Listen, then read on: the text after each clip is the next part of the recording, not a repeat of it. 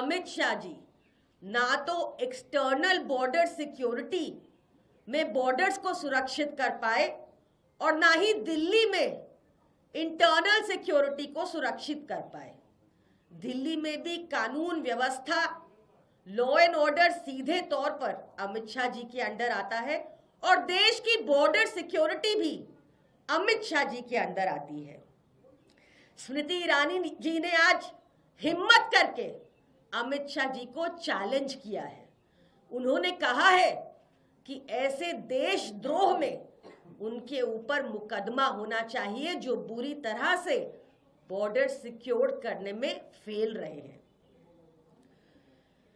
अब हम देख रहे हैं कि चुनाव आते आते भाजपा वाले, क्योंकि उनको अपनी हार साफ दिख रही है, वो तिलमिलाए हुए हैं, उनकी बौखलाहट साफ नजर आ रही है, क्योंकि ना उनके पास दिल्ली के लिए कोई आगे का एजेंडा, ना दिल्ली के लिए कोई विजन, ना दिल्ली के लिए कोई चेहरा। तो वो जानबूझकर हमारे विधायकों पर अपनी पुरानी एसओपी के तहत एक और झूठा केस कर रहे हैं। हमने पहले भी आपको जानकारी दी कि वो तो आतिशी जी को भी अरेस्ट करने वाले हैं। ये भाजपा का घिसा पिटा पैटर्न है कि जब वो अपनी हार देखती है तो वो हर तरह की एजेंसी का दुरुपयोग करती है। अभी तो हमारे नेताओं पर आप देखेंगे ईडी सीबीआई के छापे भी पड़ेंगे और जैसा मैंने पहले कहा आतिशी जी के अरेस्ट होने की भी पूरी संभावना है। आज ये बहुत इंपॉर्टेंट मुद्दा है कि देश में हर जगह रोहिंग्या कैसे घुस आए, तो इस पर अमित शाह जी के ऊपर देशद्रोह का मुकदमा होना चाहिए।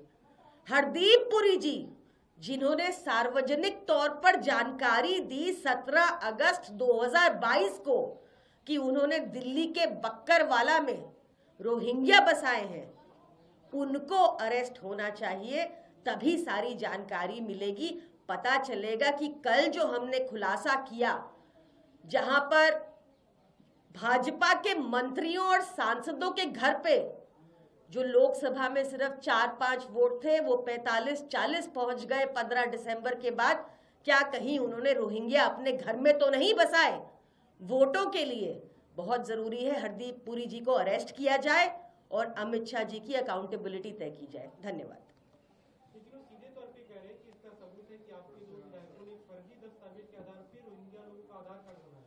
देखिए, पुलिस ने नोटिस इशू किया है। नहीं, नोटिस इशू करना बहुत अलग बात होती है। आपने हमेशा देखा होगा कि भाजपा जब भी तिलमिलाती है, जब भी बौखलाती है, तो हमेशा हमारे नेताओं के ऊपर झूठे केस बनाती है। ये बात देश के बच्चे बच्चे को पता है कि बॉर्डर सिक्योरिटी अमित शाह जी के अंदर है। दिल्ली के हर नागरिक को पता है कि हरदीप पुरी जी ने बक्करवाला में रोहिंग्या को बसाया है। इनको अरेस्ट कर लिया जाए तो सारा मामला खत्म हो जाएगा, पर इनको पॉलिटिसाइज करना है। ये जानबूझ